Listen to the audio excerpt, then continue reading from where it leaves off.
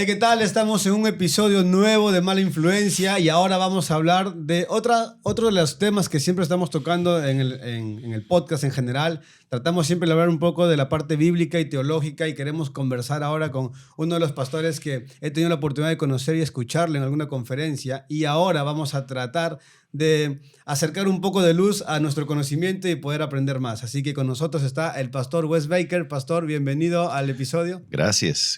Un gusto estar aquí. Pastor, esperamos poder aprovechar al máximo este tiempo y poder, como decimos acá, exprimir todo su conocimiento y adquirir un poquito de nosotros. Bueno, estoy contento en estar aquí. Pastor, cuéntenos un poco de usted. Obviamente no es peruano porque se nota en el físico inmediatamente. ¿Cómo sabes esto? Yo siempre, a veces cuando subo en un taxi, por ejemplo, y el taxista me pregunta, usted no es de acá, ¿no? Claro, soy chilico, pero... ¿Chilico? Sí, de Selendín, porque hay muchos colorados ahí. Y me mira y casi me quiere creer, pero no, dice, no, mentira. Empiezan a darse cuenta quizás también por el acento y la forma de hablar. Creo que sí. Igual mi pastor también es de Cajamarca y tiene, no el mismo aspecto, pero tiene los ojos claros y es como que igual él tiene por ahí un poquito la amalgama de ser, parece un poco gringo, digo, porque no tanto. Pero, ¿de qué parte de Estados Unidos es usted, pastor? Y cuéntenos un poquito de su historia allá en Estados Unidos y por ahí nos va contando cómo llegó también hasta acá, Perú, que nos compartía hace un momento también. Ok. Yo crecía en el sur de Texas, más o menos cerca de la ciudad de San Antonio, Texas. Crecí en el campo, en una familia de ganaderos, casi lo clásico de los tejanos, encima de un caballo, participando en el rodeo en mi adolescencia y juventud. Pero ya crecí ahí y luego fui a la universidad que se llama Texas A&M. Me casé durante mis estudios ahí. Yo tenía 20 años y mi esposa 19 años cuando nos casamos. Wow. Estudié en 2 carreras ahí. Uno era biomedicina y otro filosofía.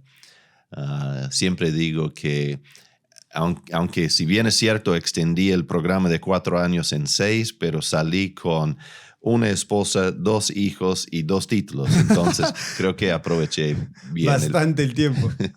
Sí. Y luego, pastor, eso es, bueno, su parte profesional. Tiene 2 carreras enmarcadas ahí en la sala de la casa de seguro. Pero, ¿cómo se involucra en la parte bíblica y eclesiástica? ¿Su familia siempre ha sido cristiana? ¿Cómo llega usted a los pies del Señor? Yo crecí en una familia, yo diría, no es exactamente adventista del séptimo día, pero más o menos así, de la mismo rumbo. Gracias a Dios, Él me rescató de este trasfondo.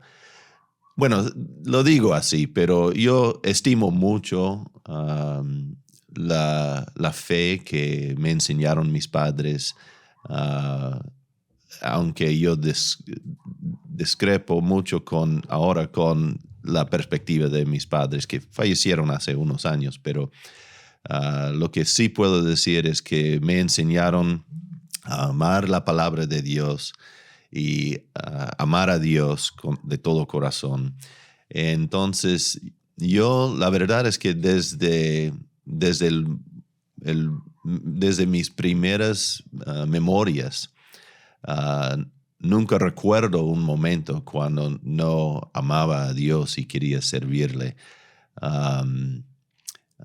Mis padres siempre leyeron la Biblia con nosotros, oraron con nosotros y nos criaron en los caminos de Dios como ellos entendieron. Pero gracias a Dios en la universidad me encontré con otros hermanos, empecé a leer mucho, estudiar mucho y me di cuenta de que hubo otras cosas en la Biblia que mis padres no sabían y no conocieron. Entonces Dios me liberó de esto. Y de ahí yo entré en la iglesia presbiteriana y he estado ahí desde hasta aquel ahora. momento. Sí. Y esto me hace pensar un poco, conociendo un poco de su historia, porque yo considero que es importante conocer la historia de las Sí, personas, sí. y no solo de las personas, sino incluso la historia que viene detrás de una persona, porque ustedes lo escuchamos compartir una conferencia y quizás no sabemos el trasfondo de cómo conoció al Señor, y ahora nos cuenta un poco.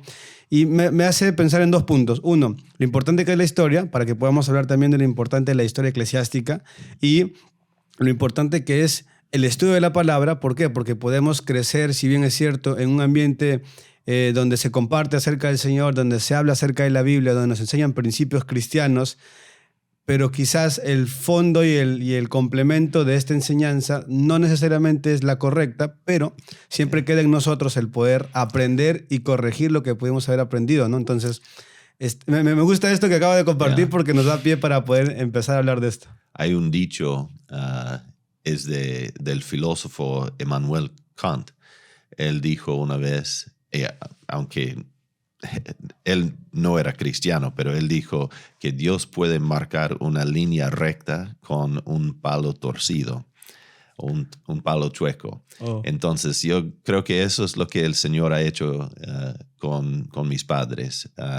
No tuvieron la mejor doctrina, yo diría, pero estimo mucho la fe de mis padres, y a pesar de unas deficiencias en su entendimiento, creo que el Señor hizo o marcó una línea recta. Me impacta eso, porque muchas veces también nos precipitamos a veces a juzgar o a prejuzgar lo que algunos pueden estar enseñando, pero quizás no nos podemos percatar de que muchas veces es por desconocimiento, ¿no? Igual siempre va a recaer la responsabilidad en aquel en que no indagó más, no leyó más y no escudriñó más la palabra, ¿no? Entonces ahí siempre queda esa responsabilidad que tenemos cada uno como cristiano. Pastor, ¿qué tan importante es conocer realmente la historia, de nuestra historia eclesiástica? Porque muchas veces también empezamos a tomar posturas y a formar doctrinas por desconocimiento de lo que se ha vivido históricamente desde que nuestro Señor ascendió a los cielos hasta ahora, de cómo vivieron la iglesia primitiva y todo lo que ha ido ocurriendo, la reforma y todo lo demás. Pero se desconoce toda esta parte, y el desconocer es que se empiezan a generar doctrinas diferentes muchas veces a lo que la Biblia dice. ¿Qué tan importante sería? Yo creo que es de gran importancia, porque la iglesia es nuestra familia.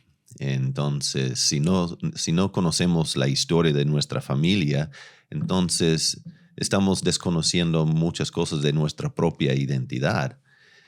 Y es un poco chistoso a veces escuchar cómo es que diferentes grupos de personas cuentan la historia de la iglesia.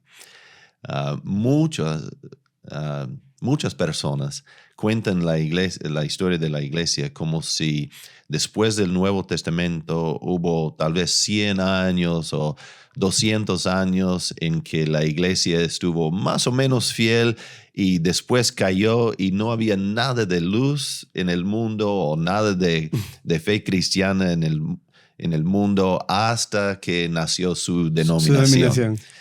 Y diferentes grupos lo cuentan en otra manera. Algunos, por ejemplo, de la Reforma, a veces hablan como si no había nada de luz en el mundo hasta que Martín Lutero clavó sus 95 tesis en el portón del castillo. Otros, por ejemplo, piensan que, o al menos cuentan la historia como si no hubiera nada de fe hasta Azusa, en Estados Unidos o otras cosas así. Pero yo creo que es importante conocer toda la historia de la iglesia, incluso las partes no tan buenas. Yo siempre digo, es casi como si vamos a un reencuentro familiar, siempre hay un tío ahí que es un poco extraño y preferiríamos que él quede en las sombras, pero es parte de la familia. Caballero, es nuestro tío, ¿no? es un poco raro tal vez, un poco chistoso, pero es nuestro tío y caballero, tenemos que amarlo y así es en la iglesia. Tenemos muchos hermanos en Cristo, muchas diferentes formas de entender el evangelio y la palabra de Dios. No todos muy buenos, pero si es que creen en el verdadero evangelio de Cristo, entonces son nuestros hermanos. Tal vez nos da un poco de vergüenza decir que son nuestros hermanos o nuestros familiares, pero caballero, hay que reconocerlos. Porque eso, de verdad, eso es el asunto. Si es cristiano, si creen en el evangelio de Cristo, entonces es mi hermano. Y no tengo el derecho de desconocer a ningún hermano Wow. en la fe. Es mi obligación de amarlo y orar por él. Amén. Entonces, yo creo que eso es importante. Me hace pensar otra cosa mientras hablaba usted acerca del ejemplo de la familia. ¿Por qué? Porque si bien hay diferentes expresiones dentro del cristianismo, o sea, a partir de que ya una denominación tiene ciertos principios o doctrinas secundarias que los marcan muy bien, los presbiterianos, los luteranos, pentecostales, bautistas, tenemos diferencias muy notorias en formas, pero sin embargo somos hermanos porque compartimos nuestras doctrinas fundamentales y porque creemos en el evangelio claro y conciso, ¿no? Que obviamente hay otras que sí consideramos que son sectas porque ya están fuera de estas creencias fundamentalistas y que tenemos que hacer también esa diferenciación de quiénes sí son nuestros hermanos y quiénes no.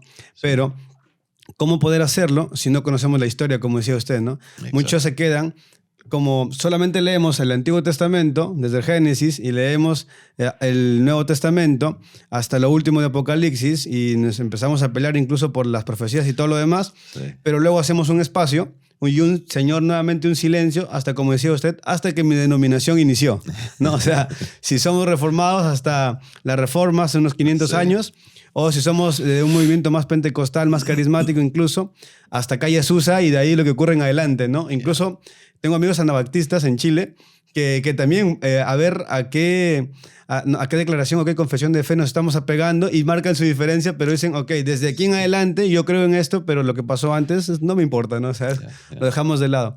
Pero si uno conoce su historia, cuando hablamos con los chicos, ¿qué tan importante es realmente conocer la historia? Porque si uno no conoce la historia del Perú, o una de dos, no sabemos cómo evitar cometer los errores que antes ocurrieron, o no nos conocemos, ¿no? Y no sabemos qué pasó en nuestra familia. Entonces, es muy importante, como decía usted, conocer la historia eclesiástica para que podamos tener también un mejor fundamento bíblico y saber amar a nuestros hermanos por lo que ocurrió, ¿no?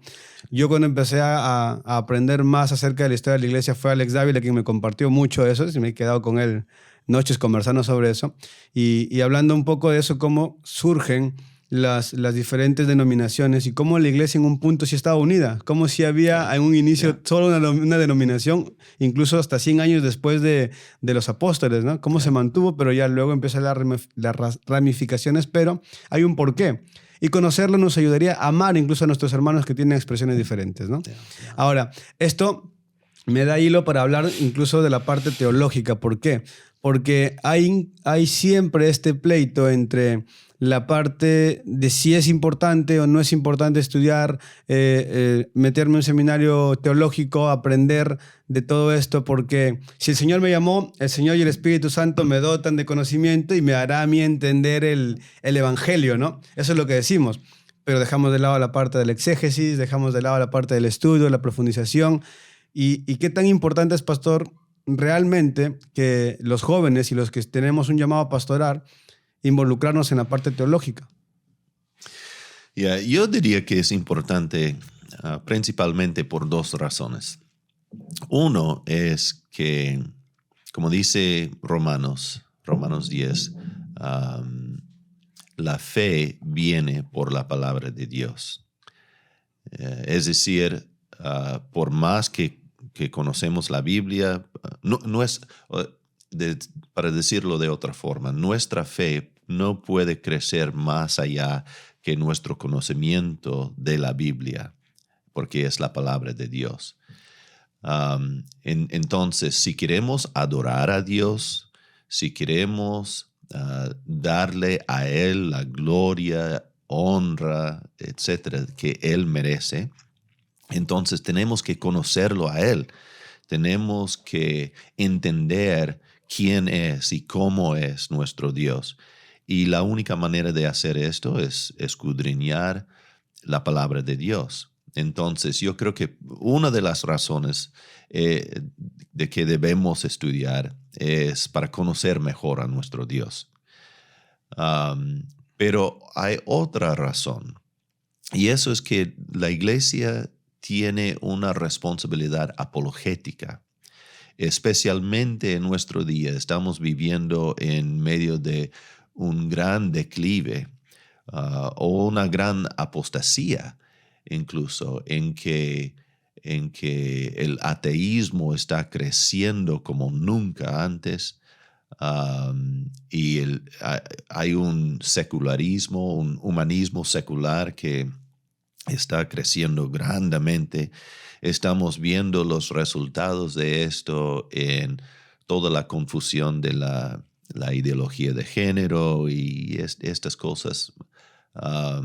Con todo esto, la responsabilidad apologética de la iglesia es mayor que nunca.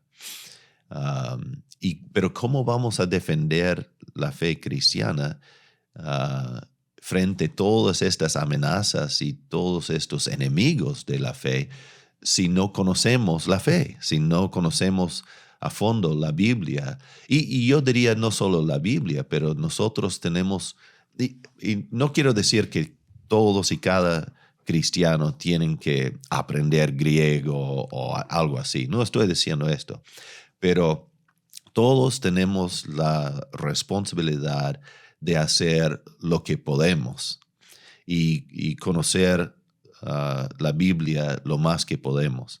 Pero hay ciertas personas en la iglesia, los líderes de la iglesia, los pastores, ancianos, diáconos y otros líderes, tenemos la gran responsabilidad de defender esta fe, defender lo que nos han dejado los apóstoles. Y tenemos que defenderlo hoy en día frente a un secularismo, un ateísmo que está cada vez más bravo, cada vez más rígido y cada vez más determinado de destruir a la fe cristiana. Entonces, yo creo que eso es una gran responsabilidad. Entonces, básicamente, es importante que estemos preparados teológicamente para poder aplicar la parte apologética que la iglesia tendría que siempre mantener, ¿no? Defender nuestra fe. Sí. Y no podemos defender la fe si no conocemos, si no tenemos claros los principios bíblicos, ¿no? Sí. Y para esto, o sea, yo siempre he tenido este conflicto. Muchos creemos incluso que basta con leer la Biblia. O sea, yo leo la Biblia, leo la versión que me hayan enseñado y vamos a partir, y vamos quizás a enredarnos un poco con las traducciones bíblicas, pero me enseñaron Reina Valera y yo leo e interpreto como estoy leyendo, ¿no? Entonces, de acuerdo a lo que estoy leyendo, estoy interpretando y esto es lo que voy a enseñar. Pero olvidamos que hay más que esto, ¿no? Por eso hablábamos de la parte teológica, porque hay también la exégesis, poder interpretar correctamente la Biblia, ¿no? Poder leer y confrontar la Biblia con la Biblia, ¿no? Porque muchas veces, sí, pero la palabra dice esto en esta parte y aquí está contradiciendo la palabra con esto, ¿no? Y eso no ocurre. La palabra no se contradice. Yeah. Estaríamos diciendo que la Biblia no fue inspirada por el Señor si es que se contradiciera o que Dios está contradiciendo. Yeah. Y entonces es importante entender estos puntos para que alguien, como dice usted, fuera, una persona que no conoce al Señor, alguien fuera de nuestro entorno cristiano, viene a atacar la palabra, porque eso es lo que siempre va a ocurrir. Van a decir, sí, pero tu Dios odia a los homosexuales, o tu Dios es homofóbico, tu Dios no quiere a las chicas que fueron abusadas y que quieren abortar. Y los problemas sociales vienen a atacar siempre a la iglesia, ¿no? Por eso es que la iglesia ha perdido cierta autoridad en los países y cierto respeto, ¿no? Sí. Y es porque el cristiano no está preparado para responder. Entonces, si el cristiano no está listo y no tiene un argumento bien establecido para poder dar una respuesta clara a la sociedad, que son los que vienen a atacar nuestra fe, va a seguir ocurriendo lo que está pasando ahora, ¿no? Entonces, por eso también creo que es muy importante lo que decía usted, de que es una responsabilidad que estudiemos la palabra de forma correcta. Pero y si es que nos da la oportunidad de estudiar hasta griego y todo lo demás, gloria a Dios por eso, ¿no? Claro, claro. No todos tienen la oportunidad, pero si tenemos la oportunidad, ¿por qué no aprovecharlo? Exacto. Entonces, es como dice primera de Pedro 3, creo que es 3:16. San Pedro dice que debemos estudiar, debemos estar preparados para hacer una defensa de la fe. Y esta palabra y defensa es de donde sacamos la palabra apologética, para dar una apologética de la fe. Y esto es responsabilidad nuestra. Sí, tenemos que ocuparnos en esto, ocupar un poco de nuestro tiempo en esto, o gran parte de nuestro tiempo deberíamos ocuparlo en esto. Sí.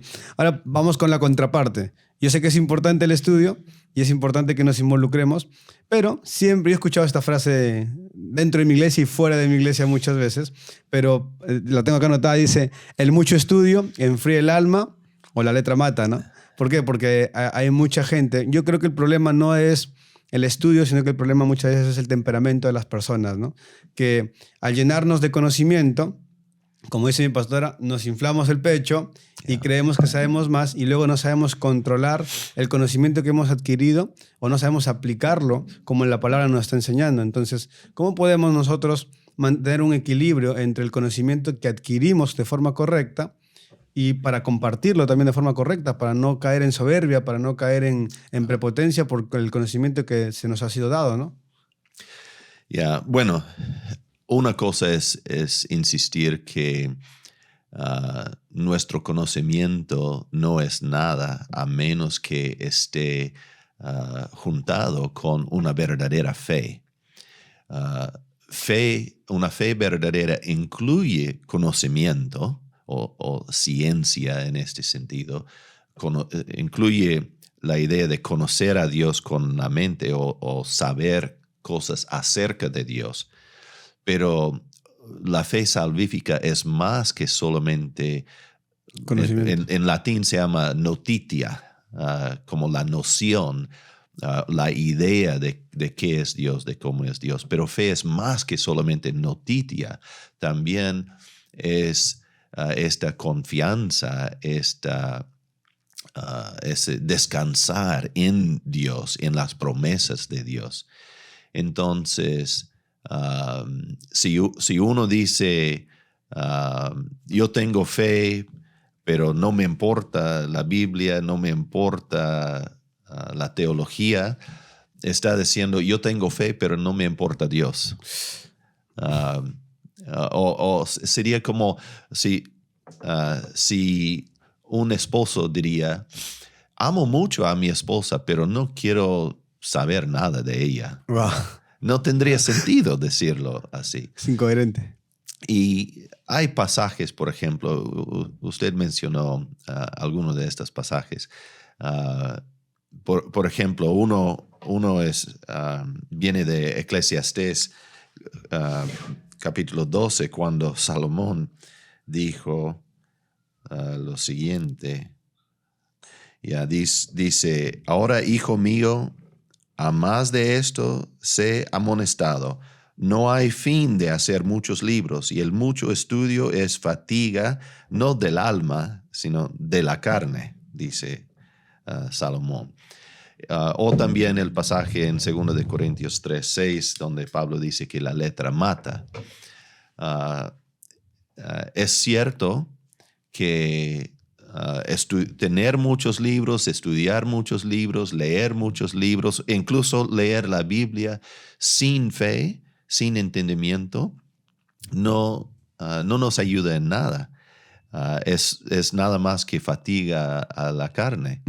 Y la verdad es que hay muchas personas en el mundo que estudian la Biblia en una forma científica, pero no conocen al autor de la Biblia. Y eso es algo que obviamente tenemos que evitar. Pero también cuando Pablo dice en 2 de Corintios 3 cuando dice que la letra mata, hay que entender lo que él está diciendo en el contexto ahí. Él está hablando de la distinción entre el antiguo pacto y el nuevo pacto. Y en ciertos lugares Pablo habla del antiguo pacto como algo que nos habla de Cristo, nos enseña acerca de Cristo y que nos cuenta el mismo evangelio. Pero a veces él habla del Antiguo Testamento desde la perspectiva de los judíos que rechazaron al Señor y no creyeron el evangelio. Y lo que él quería decir es que si tú lees el Antiguo Testamento y solo quedas ahí y no encuentras a Cristo en el Antiguo Testamento, y esto no te lleva a conocer la obra de Cristo a tu favor para tu salvación, entonces lo que vas a encontrar de esta letra, esta escritura tan preciosa, es que no va a hacer nada más que condenarte. La ley de Dios en sí mismo solo tiene poder para condenar, no tiene poder para vivificar o salvar. Pero cuando entendemos la ley o cuando entendemos toda la Biblia por medio de fe en Cristo Jesús, cuando entendemos que toda la Biblia desde principio a fin está apuntando a Cristo. Cuando lo leemos en este sentido, entonces encontramos a Cristo mismo en su palabra y así encontramos la salvación, así encontramos la vida eterna. Entonces es cierto que la letra mata, a menos que tengamos fe para encontrar dentro de la letra, la escritura, a Cristo mismo y ahí encontramos la vida eterna. Wow. Me queda, no sé, me quedo muy contento con la respuesta porque es como que es justo lo que a veces buscamos entender, ¿no? Queremos entender realmente si es que es malo estudiar, porque mucha gente cree que es malo profundizar, porque creen algunos que nos pueden confundir. Y eso es lo que el temor, creo, incluso de muchas iglesias, denominaciones y pastores, para no invitar a sus jóvenes a que se involucren en el estudio teológico o en el estudio de la Biblia, ¿no? Yeah. Tengo un pastor amigo en Lima que él siempre nos está recordando eso, ¿no? Él creció en una de las alianzas, de las alianzas cristianas, y siempre dice, en mis tiempos, dice él, ¿no? Año 80, 90, nos inculcaban y nos animaban siempre a inscribirnos a los seminarios y que estudiemos en el seminario bíblico. Pero ahora no. O sea, desde ese tiempo hasta ahora, escucho menos a pastores animar a sus jóvenes a entrar a un seminario, ¿no? Prefieren hacer sus propios formas de doctrina, de acuerdo a lo que ellos han conocido, y no quieren que se involucren con otro tipo de enseñanza porque se van a confundir. Entonces, pastor, en el amor que debemos tenerle a las diferentes denominaciones, ¿cómo podemos también encontrar un punto medio en esta forma de enseñanza que existe? Yeah. Bueno, me hace pensar en un dicho de Charles Spurgeon. Spurgeon, creo que en su libro Comentarios y Comentaristas o algo así, él tiene un dicho, dice que muchas personas, muchos cristianos siempre dicen, no quiero leer ningún comentario, solamente voy a leer la palabra de Dios para mí mismo, voy a interpretarlo a la luz que el Espíritu Santo me da, voy a ver qué me revela el Espíritu de Dios. Y Spurgeon dijo, ¿cómo es que aprecias tanto la revelación que tú puedes tener solo, pero desprecias tanto la revelación que Dios ha dado a otras personas en el pasado? Y lo que quería decir, obviamente, era que si bien es cierto que Dios me puede enseñar y me enseña muchas cosas cada vez que leo la Biblia, pero también Dios enseñaba muchas cosas en la misma manera a otras personas. Y si si mi meta es conocer mejor a Dios y conocer más de su palabra, entonces yo quiero saber y conocer todo lo que Dios me enseña a mí y también lo que te ha enseñado a ti y al hermano y a Juan Calvino y a Tomás de Aquino y Martín Lutero y todos. Entonces, yo creo que Spurgeon tenía mucha razón. Hace mucho sentido el comentario de Spurgeon. Y me hace pensar también justo en esto en las parábolas. El Señor explicaba las parábolas a la gente que estaba cerca o las compartía. Yeah. Y sabía que muchos se quedaban contentos y tranquilos con escuchar la parábola porque lo entendían, pero luego también las tenía que explicar, ¿no? Sí. Y le decía, esto quiere decir esto, y empezaba a explicar, y luego tenía un tiempo incluso con los apóstoles y le decía, a ustedes se les revela esto porque ustedes entienden esto, y a ellos se les revela esto porque no pueden entender todavía esto, pero luego los mismos apóstoles empiezan a compartir el evangelio y escribir en la Biblia para que todos podamos leer todo lo que muchos quizás pudieron haber entendido. Y también me hace pensar en los 4 evangelios, ¿no? Que son 4 perspectivas de cómo los apóstoles vieron los caminos del Señor. Entonces, a veces olvidamos eso, ¿no? El respeto y el amor a nuestro hermano que pudo haber recibido una revelación a través del Espíritu Santo y la lectura de la Biblia, y lo menospreciamos y lo dejamos de lado y decimos, no, es más importante la forma en la que el Señor me revela a mí y sale todo nuestro hombre dentro, ¿no? Yeah. Y a creer que somos más que los demás y no nos damos cuenta. Y en ese sentido, si bien es cierto que hay personas que son muy intelectuales y son orgullosos de sus estudios y toda la parte intelectual, pero hay otras personas que menosprecian esto, pero más quieren jactarse de las revelaciones o una experiencia mística o algo así. Entonces, el ser humano es pecador desde el fondo hasta arriba. Somos pecadores y todos nosotros tenemos la tendencia o como decía Juan Calvino, el corazón del ser humano es una fábrica de ídolos. Y podemos hacer un ídolo de muchas cosas buenas, como Israel hacía un ídolo de serpiente de bronce y tuvieron que destruirlo. De la misma manera podemos hacer un ídolo de la Biblia si queremos estudiarlo sin fe en Cristo y sin el Espíritu de Dios. Pero también podemos hacer un ídolo de nuestras experiencias místicas o jactarnos mucho de la experiencia que yo he tenido, por ejemplo. Mejor reconocer que el camino verdadero es el camino de humildad. Y humildad en cuanto a mis propias experiencias espirituales, humildad en mis propios conocimientos bíblicos.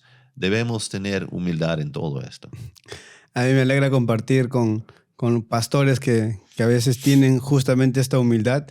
Y yo tuve la oportunidad, le decía a usted, de estar en la conferencia Reacción en Cadena, donde se estaba compartiendo. Eran preguntas hacia usted, hasta el pastor Sergio La Rosa y hasta el pastor Carlos Paz. Y mientras usted respondía, cómo lo miraban con tanto respeto a usted, otros pastores que también tienen quizás la misma capacidad y el mismo tiempo de estudio. Y la respuesta del pastor Sergio me impactó porque él decía, escuchemos con humildad cómo nos está enseñando este maestro. Decía, ¿no? Entonces todos quedamos como que... Yo he podido conversar con el pastor Sergio en varias oportunidades y hemos grabado también con él antes. Y siempre tiene esta forma muy amorosa de responder y muy tranquila y te da una paz también al escucharlo. Yeah. Es un amigo muy querido, uno de mis mejores amigos y lo aprecio mucho. Creo que es demasiado diferencial hacia mí a veces, pero yo le quiero mucho a él. Sí, el pastor Sergio para aconsejar tiene una forma muy bonita de hacerlo. Sí. Y ahora, hablando él está en la Iglesia Bautista, si no me equivoco, usted es una presbiteriana. Tengo, por ejemplo, un amigo pastor también en Santiago que está en una iglesia Viña, que es más pentecostal, que tienen mayor influencia en el tema de la sanidad, de creer en esto, pero también es muy respetuoso. Yeah. Yo tuve la oportunidad de estar con él, por ejemplo, en Chiclayo y ver cómo estaba orando en unas escaleras por una chica que se sentía mal físicamente y creyendo en que el Señor podía sanarla. Pero habíamos de diferentes denominaciones en el lugar, ¿no? Y obviamente siempre hay los comentarios fuera al ver a alguien que está haciendo algo que nosotros no compartimos o que nosotros no creemos o que nosotros quizás ni respetamos, ¿no? Y el pastor decía, yo sé que ustedes de repente no creen que el Señor pueda hacer un milagro en esta chica, pero si ella cree, si yo creo, deberíamos respetarnos y querernos igual. Yo los quiero y los respeto, ¿no? Entonces, a veces nos falta ese toque de humildad en vernos como iguales y como hermanos, a pesar de que nuestras expresiones sean distintas. Pero también está la parte que decía usted, ¿no? Porque yo viví esta experiencia, porque me pasó a mí de repente incluso una sanidad. El Señor obró a través de mi vida sanando a mi amigo, a mi familia. Quiero que todos vivan lo mismo y quiero que todos hagan lo mismo. Y si no lo hacen, tienen menos fe que yo. O sea, está también la otra contraparte, ¿no? O sea, Yeah. a veces es el ser humano, ¿no? Es el hombre mismo siendo hombre y yéndose siempre a los extremos, ¿no? Si es con el estudio o si es con las experiencias. Yeah. ¿Qué consejo podríamos dar de repente, pastor, para aquellas personas que a veces pecamos de esto, ¿no? Que somos muchos. Yeah. Bueno, y tal vez un pequeño paréntesis ahí también. No es parte, aunque yo sé que muchos se llaman reformados o calvinistas, pero creo que desconocen algunas partes importantes de la fe reformada en el sentido de que la fe reformada de ninguna manera desprecia la idea de orar para que Dios sane a una persona y tener la expectativa de que Dios sí va a sanar a esa persona. No puedo imaginar un reformado diciendo Dios no puede sanar a tal persona. La verdad es que esto me suena como herejía, pero yo creo que es solamente parte de la fe cristiana, no es parte de bautistas, ni pentecostales, ni calvinistas, presbiterianos o luteranos, pensar que Dios puede sanar. Por supuesto, Dios puede sanar. Ha sanado mucho en el pasado y debemos orar que Dios sane en nuestro día y debemos orar con mucha expectativa de lo que Él va a hacer. La única cosa que tal vez los reformados, tal vez si queremos insistir en algo, sería solamente la parte de que nunca debemos pensar que podemos obligar a Dios a hacer algo así. Y tampoco podemos obligar a Dios que Él haga un show para el mundo. Pero eso es otro ejemplo de la humildad que es necesaria en todo momento, porque debemos tener humildad en cuanto al estudio de la Biblia. Debemos tener humildad en cuanto a nuestra experiencia mística con el Señor. Debemos tener humildad cuando estamos orando y Dios mediante, viendo grandes cosas que Él hace en respuesta a nuestras oraciones. Pero esto no debe generar en nosotros orgullo, más bien debe generar en nosotros más humildad ante el poder y la gloria de Dios en ese tipo de ocurrencia. Es muchas veces el problema lo decíamos, ¿no? El problema del hombre. El hombre es el que se cree a veces con el derecho a exigirle a Dios ciertas cosas, ¿no? Yeah. Entonces, y de ahí ya partimos un poco mal, porque empezamos a creer que merecemos cosas que el Señor haga por nosotros, ¿no? Hablando de la sanidad, y exigimos, ¿no? O sea, y nos equivocamos a veces al decir eso. Pero está la otra parte y el otro extremo a empezar a decir, sí, pero estás obligándole a Dios y todo lo demás. Entonces, no, nos falta la humildad para escuchar a nuestros hermanos que se pueden equivocar, que sea desde un extremo o del otro. Nos falta la humildad para escucharlos atentamente y corregirlos atentamente con amor, ¿no? Porque a veces somos muy críticos y podemos ser muy duros incluso cuando alguien se equivoca, ¿no? Y salen nuestros dardos de orgullo y decir, es que no lo haces bien, es que no sabes, es que no entiendes, y empezamos a atacarnos, ¿no? Y muy fácilmente nos confundimos en si estamos defendiendo el honor de Dios o el honor mío. Y eso ya marca una diferencia grande, porque ¿estoy defendiendo lo que yo creo o estoy defendiendo lo que el Señor realmente nos ha enviado a hacer, ¿no? O sea, yo trato a veces de resumir siempre en lo que Jesús nos dijo, ¿no? Que amemos a Dios por sobre todas las cosas y que amemos a nuestro prójimo por sobre todas las, como si fuera nosotros mismos, ¿no? Sí. Entonces, cuando no amamos a las personas de esa manera y cuando los tenemos que corregir, les tenemos que enseñar, no lo hacemos con el amor que el Padre lo ha hecho con nosotros, y ya empezamos mal. Entonces, yo sé, pastor, que hay muchos puntos que siempre la iglesia va a tener como debate, como contienda, y la gente de afuera nos ve así, ¿no? Dicen, sí, pero ustedes mismos están tan divididos, ustedes mismos son tan diversos y todo lo demás. Sí, pero a veces cuando hablamos de ser peruanos, ¿no? Nos gusta nuestra diversidad y nos amamos iguales, ¿no? Hay gente de la costa, gente de la sierra, gente de la selva, y todos somos peruanos. Y en el cristianismo pasa casi lo mismo, ¿no?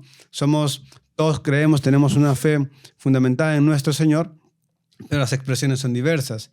Uno de los puntos que a veces ha sido los más complicados de tratar y que yo hasta ahora no lo he tratado en ningún episodio es acerca de la salvación, porque es desde donde siempre la gente empieza a pelear.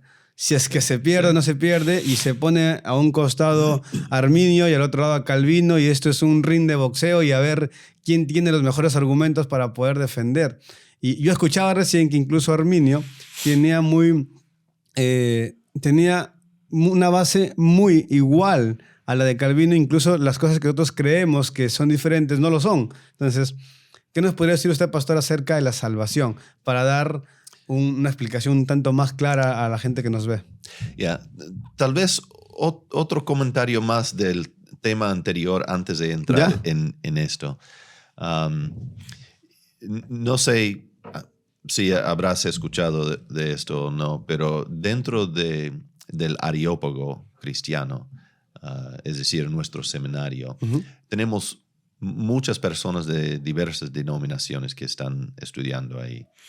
Una de las cosas que insistimos antes de aceptar a un nuevo alumno es que al estudiar con nosotros, si escuchamos después de que están causando problemas en su propia iglesia o que están criticando a otras iglesias y haciendo un escándalo así, entonces no pueden continuar en el Areópago como alumno. Creemos que es importante estudiar. Tenemos una perspectiva clara y marcada, pero no por eso vamos a menospreciar o andar criticando constantemente a otras iglesias. Como hermanos a veces podemos debatir puntos, pero siempre como hermanos y siempre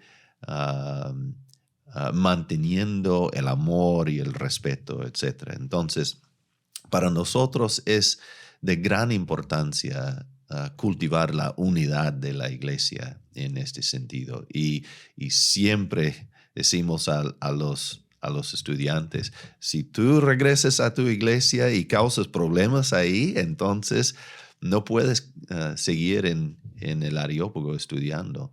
Y es por eso que nosotros también siempre mantenemos el contacto con el pastor de la persona, porque queremos que el pastor nos diga si es que está haciendo desorden. Exacto. Entonces, en este sentido, nosotros creemos que la unidad de la iglesia, a pesar de las diferencias, la unidad de la iglesia es de gran importancia y queremos hacer todo lo posible para cultivar esta unidad.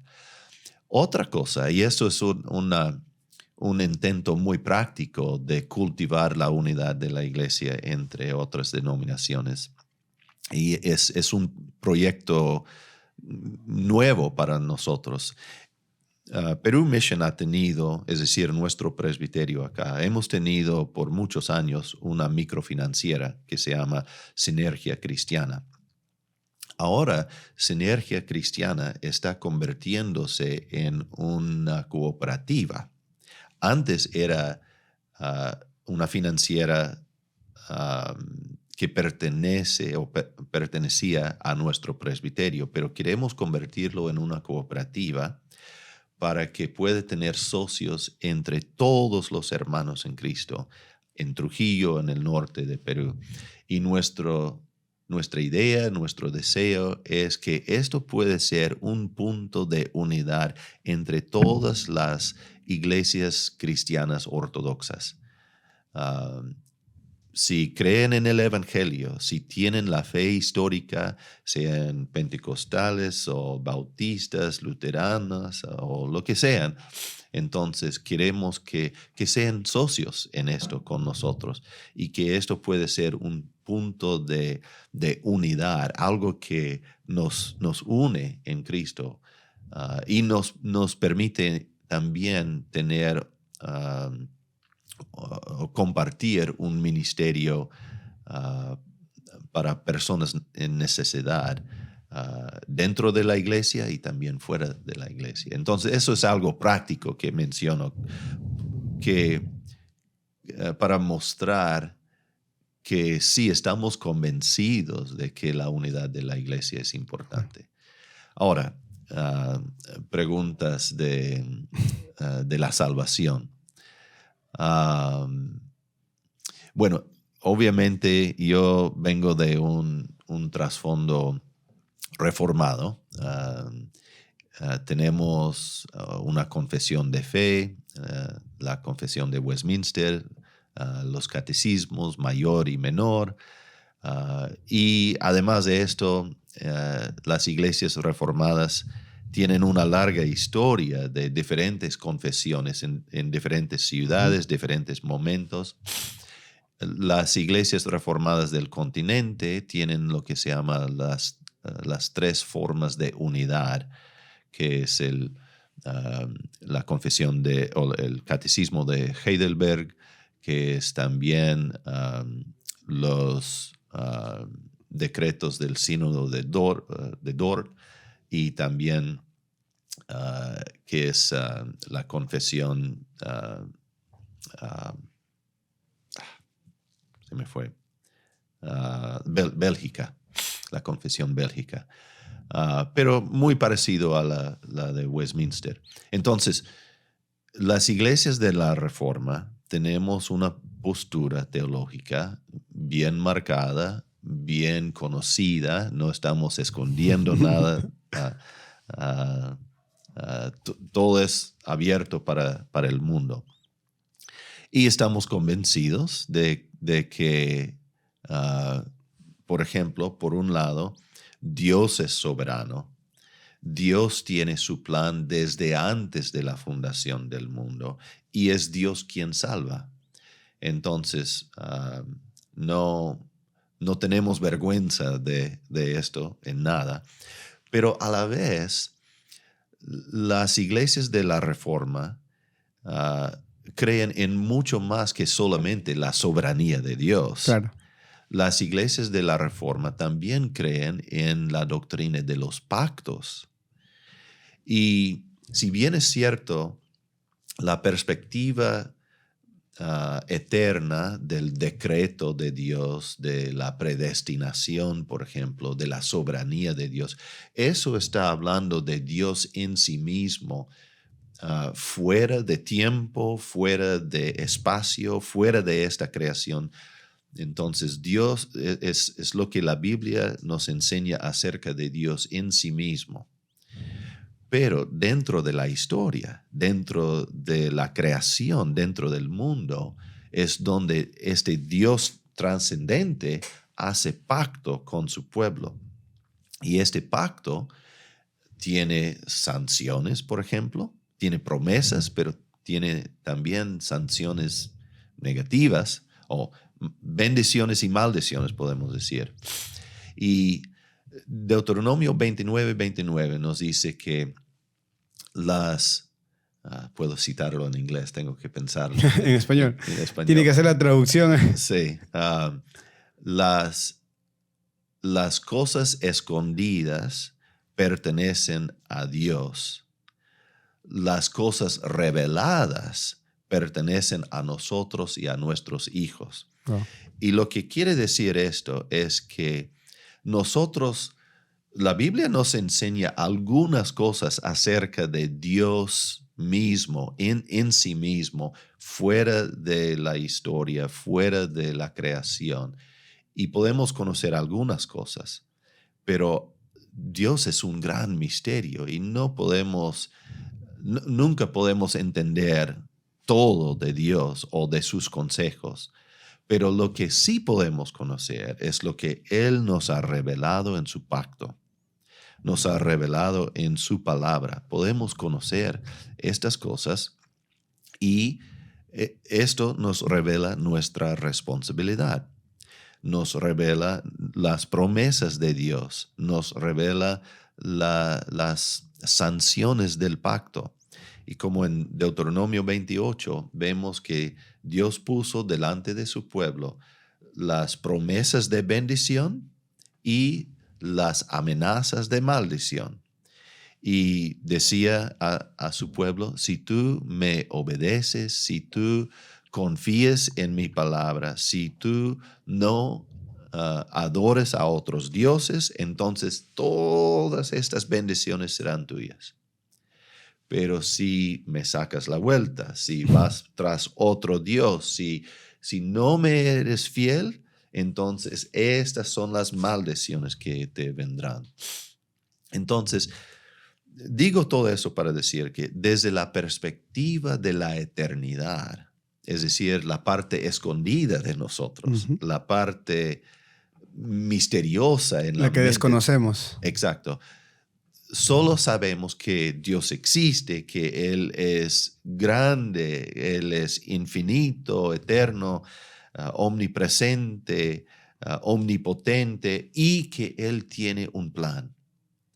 Él ha creado el mundo con un plan y su conocimiento es infinito y su propósito es infinito. Su conocimiento de todo lo que iba a pasar en el mundo. Él ya sabía esto antes de crear el mundo. Él sabía todo esto. Todo esto está bajo su soberanía. Podemos entender esto, pero esto no nos cuenta, por ejemplo, si yo soy salvo o no. Yo sé que Dios tiene sus elegidos. Yo sé que Dios tiene su plan de salvación y que habrá un día un número incontable de personas salvas, pero no me ha revelado en su palabra que mi nombre está ahí.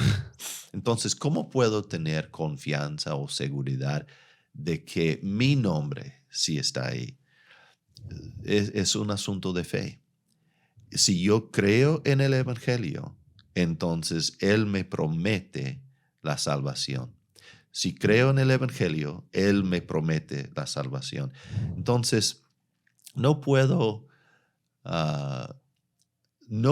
indagar en las cosas secretas de Dios, pero lo que está revelada, sus promesas, sí puedo confiar en estos y tener plena seguridad y certeza de estas cosas. Entonces, si yo creo en el Evangelio, entonces yo tengo el derecho de una plena confianza y seguridad de mi propia salvación. Pero si no creo en el Evangelio, no tengo derecho o no tengo el derecho de pensar que soy hijo de Dios. Muchas veces, muchos quieren hablar de esto, que si la salvación se puede perder o no. Quieren tratar esta doctrina aislado de los demás puntos. Exacto. Y yo diría que no tiene sentido si es separado de los demás. Por ejemplo, muchos tienen la idea de que si yo he respondido en un servicio al a la prédica del pastor y he hecho una decisión de creer en el Señor. Si yo recuerdo haber hecho esto en el pasado, entonces imposible que pierda mi salvación. Pero eso no es la doctrina reformada. Claro. La doctrina reformada dice, si tú tienes fe ahorita, entonces puedes tener seguridad de tu salvación ahorita. Pero si tú después te alejas del Señor y abandonas a tu confesión, entonces esto demuestra que tu fe no era verdadera. Exacto. Y no tienes derecho de tener confianza. No puedes decir, aunque soy ateo ahora, pero recuerdo haber hecho una decisión antes. No es así. Entonces, tal vez el arminiano diría, te conviertes al Señor, tienes fe en el Señor, pero después, si te apostatas del Señor, entonces vas a perder la salvación. Pero desde una perspectiva reformada, todo es igual, solamente describiríamos lo que está pasando un poco diferente. La persona dice que es convertido al Señor, dice que tiene fe, pero luego demuestra apostatando de que no tenía fe. Entonces esto demuestra, desde una perspectiva reformada, esto demuestra que su fe en el inicio no era una verdadera fe, era una fe temporal nomás. Entonces, en este sentido, yo creo que no tiene mucho sentido discutir todas estas cosas entre un arminiano y un calvinista. Si entendemos la doctrina de que la salvación no se pierde, si lo entendemos aislado de las otras doctrinas y aislado de la doctrina del pacto, entonces yo diría que yo no creo en la doctrina de que la salvación no se pierda. Claro. Pero si entendemos esto en el contexto de las otras doctrinas, en el contexto de la doctrina del pacto, entonces sí creo en esta doctrina. Creo que la salvación no se pierda. Si Dios me ha elegido y predestinado desde antes de la fundación del mundo, entonces eso es algo que no se puede perder. Pero el hecho de que yo haya confesado mi fe en un momento no significa que necesariamente que esta fe ha sido verdadera. Te cuento algo. Mencioné al inicio que a veces fastidio al taxista que me pregunta de dónde soy. A veces me encuentro con un taxista cristiano y cuando él se entera que soy misionero, cristiano, pastor, la primera cosa que me pregunta es, ¿y cuándo se convirtió? Y yo sé exactamente lo que él me quiere saber. Preguntar, y está bien. No es que tengo problema con esto, pero a veces digo, bueno, la última vez fue hoy día a las 6 de la mañana. Y me mira con un rostro bien extraño. ¿Y cómo puedes ser pastor y misionero si te convertiste a las 6 de la mañana? Pero ¿a dónde voy con esto? Es que cuando hablamos de la conversión en la Biblia es nada más que fe en Cristo y arrepentimiento de nuestros pecados. Pero fe en Cristo no es solo una decisión hecha ya en el pasado, hecha y que quedó en el pasado. La fe verdadera es algo que sigue. Que perdura. Perdura. Y el arrepentimiento igual. No es que yo me arrepentí en algún momento y ya he hecho esto, no tengo que arrepentirme más. No, tengo que creer el evangelio todos los días. cada día, cada hora, cada momento tengo que creer en el Evangelio. Cada día, cada momento, cada hora, tengo que arrepentirme de mis pecados. Yo soy pecador y sigo pecando, pero la gracia de Dios me sigue cubriendo mis pecados y perdonando de mis pecados. Entonces, cuando digo al taxista que la última vez que fui convertido fue a las 6 de la mañana, lo que quiero decir es que yo me levanto de la cama cada día y hago mis oraciones a Dios y pido perdón de todos mis pecados y expreso mi fe en el Señor y pido perdón de mis pecados en el Señor. Y eso es algo que hago constantemente, que debo seguir haciendo hasta el día de mi muerte. Entonces, en este sentido, ¿cuándo puedo tener yo certeza de mi salvación? ¿Puedo tener certeza en base de una decisión hecha hace 10 años atrás? ¿O debo tener certeza en base de una fe que tengo ahorita? La certeza de la salvación está en base de la fe que tengo ahora. No es en base de una experiencia que tuve en el pasado. Uno puede tener una gran, gloriosa experiencia en el pasado, pero el hecho de una experiencia en el pasado no garantiza nada del futuro. Es Dios y su promesa y su evangelio que nos garantiza en base de la fe que tenemos ahora. Entonces, yo creo que el debate entre arminianos y calvinistas sobre este punto, para mí no es la más importante, el debate más importante que deberíamos tener. Y tampoco debería ser un punto de desunión dentro del cuerpo de Cristo. Exacto. Sí. Exacto. Quiero rescatar esa partecita, que la salvación no es una lista de cositas que hicimos, ¿no? Exacto. O sea, no es me convertí acá, no es me bauticé acá, hice esto, entonces ya soy salvo. O sea, no se trata de eso, ¿no?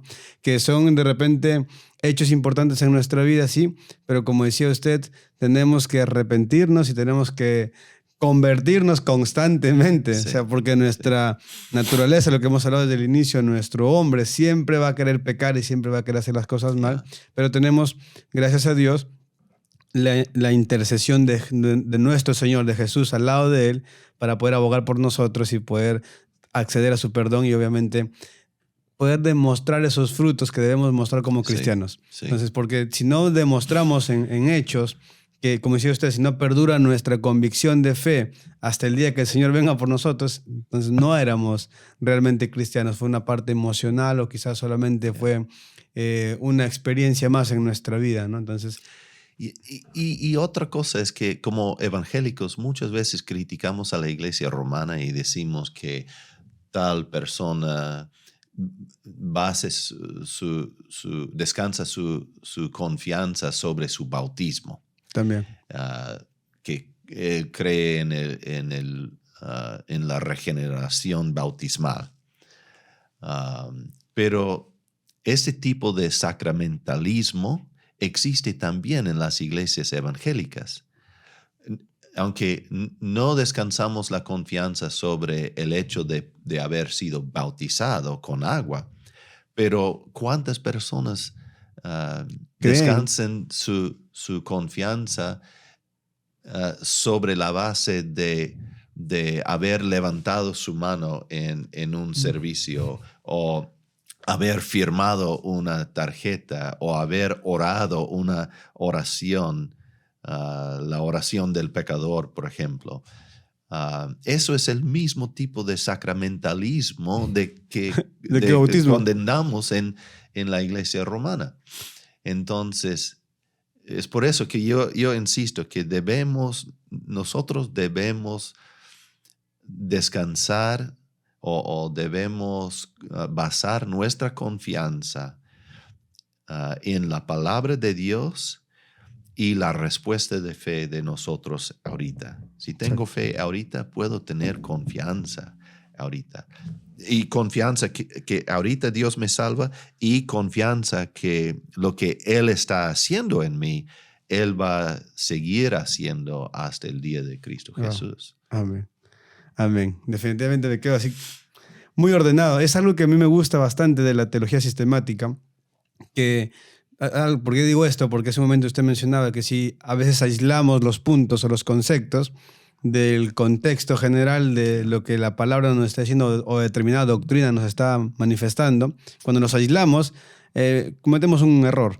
Porque a veces queremos hacer doctrina de un texto bíblico o queremos hacer doctrina de un concepto que se escuchó de forma aislada y no entendemos el por qué se llegó a decir esto, por qué está escrito este texto, ¿no? Entonces, a mí me agrada mucho esta parte, como decía, de la teología sistemática, porque te muestra un orden, ¿no? Cuando te muestra el Tulip, por ejemplo, y te explica por qué estos principios y por qué uno tiene que ver con el otro, ¿no? Entonces, da sentido y se entiende bastante y ayuda mucho, ¿no? Entonces, volviendo o recapitulando todo, es importante el estudio, es importante que se nos inculque a los jóvenes involucrarnos en el estudio teológico y bíblico para poder tener una correcta defensa de nuestra fe, para que podamos entender que no un texto bíblico no es una doctrina necesariamente, o que un concepto doctrinal tampoco es todo el evangelio, todo el pensamiento de determinada denominación, sino que hay mucho más. Pero para esto es importante que conozcamos nuestra historia, que conozcamos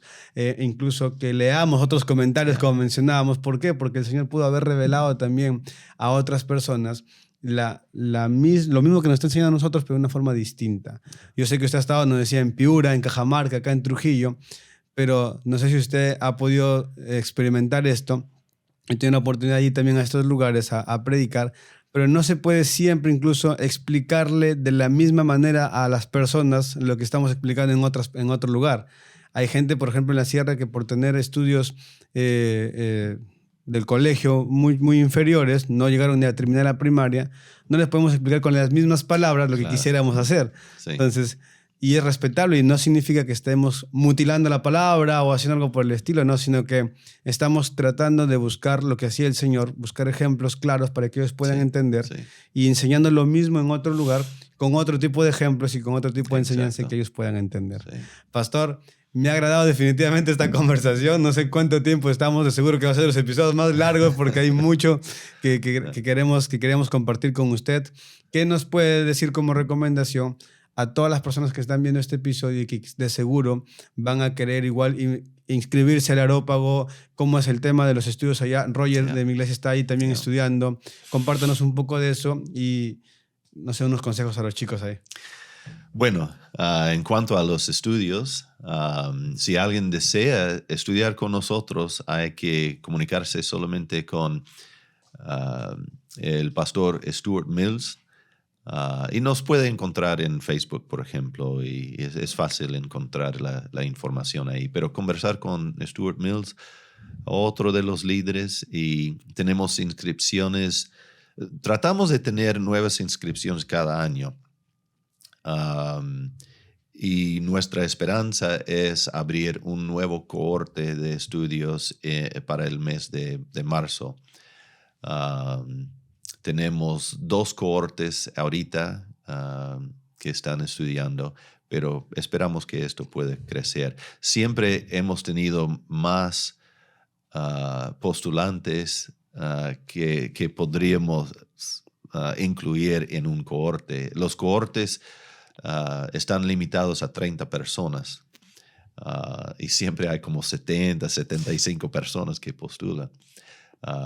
Pero sería bueno conversar con el pastor Stuart Mills, escribirlo en Facebook o en un correo electrónico.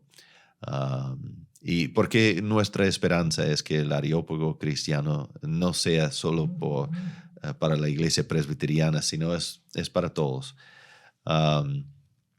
Y en cuanto a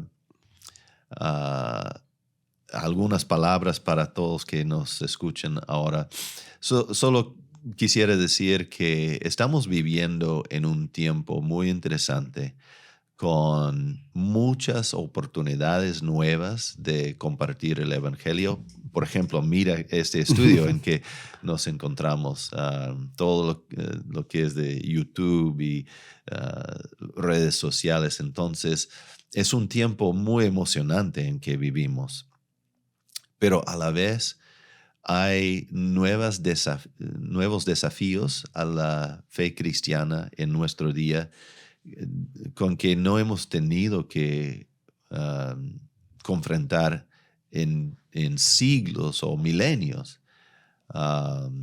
Y estamos viendo en muchas partes del mundo, en Europa, en los Estados Unidos, un declive muy grande.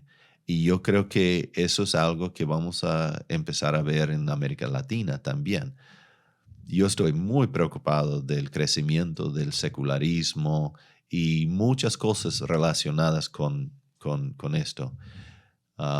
Entonces, quiero animar a todos que no se aíslen de su iglesia, de la comunidad de fe, de vivir en comunidad con otros hermanos y que profundicen cada vez más en la palabra de Dios y como hemos hablado en este podcast, hay que profundizarnos más y más en nuestro conocimiento, pero tenemos que hacer esto en el contexto de la iglesia, en el contexto de la comunidad de fe, viviendo la vida cristiana juntos con otros hermanos. Eso es lo que nos va a proteger y eso es lo que nos va a dar poder para poder proclamar el evangelio a más personas y enfrentar los desafíos del día. Entonces, yo estoy muy agradecido y muy contento por lo que ustedes están haciendo y espero que el Señor bendiga grandemente todo este esfuerzo que están haciendo. Muchas gracias, pastor. Y esto es todo por el episodio, así que quédense hasta la parte final. Pizza, ¿con piña o sin piña? Sin piña. ¿Frío o calor? Calor. Soy de Texas. ¿Su canción favorita es? Tendría que ser uno de los salmos. Salmo 2. El Perú es un país de gente cálida, amable. ¿Su comida peruana favorita es? Sería cabrito al norteño. ¿Y su comida favorita de Estados Unidos? Sería cabrito de Texas. ¿Ay, cabrito de Texas? ¿Es igual que el de acá? No, es muy diferente. ¿Un libro que recomendaría? Aparte de la Biblia, obviamente. Tal vez de San Agustín, Ciudad de Dios. ¿Cuál es la experiencia más extraña que ha tenido en Perú? Cuando recién llegué a Perú, vivía en Cajamarca y con unos hermanos estábamos bajando de la sierra de Cajamarca a Trujillo para una reunión y el bus paró en la carretera para que almorcemos ahí y cuando después del almuerzo subimos el bus había unas señoras ahí vendiendo tamales y en Texas tenemos tamales también y yo no conocía el tamal de Perú todavía, pero me encanta comer tamal, entonces compré 2 tamales y subí el bus y empecé a comer y cuando mordí este tamal hubo algo muy crocante ahí y me di cuenta que era la cabeza del pollo, de la gallina, con cresta y todo. Entonces boté de la ventana esto antes de acabar con el tamal. Qué fuerte. Entonces, pastor, ¿podría decirnos que vivir en Perú ha sido una experiencia muy... Excelente, muy agradable. Yo me siento peruano, voy a morir en Perú. ¿Qué se siente tener 7 hijos? Siento muy bendecido, muy bendecido. Pastor, 7 hijos. Cansado y bendecido. Venir a Mala Influencia ha sido... una mala experiencia. No, acá, el programa se llama Mala Influencia, era venir al programa. Una mala experiencia. Hacía una mala experiencia. Bueno, ha sido muy bueno conocerlos y entender todo lo que están haciendo. La verdad es que yo quiero hacerles muchas preguntas sobre todos los equipos y todo. Quiero entender más de esto.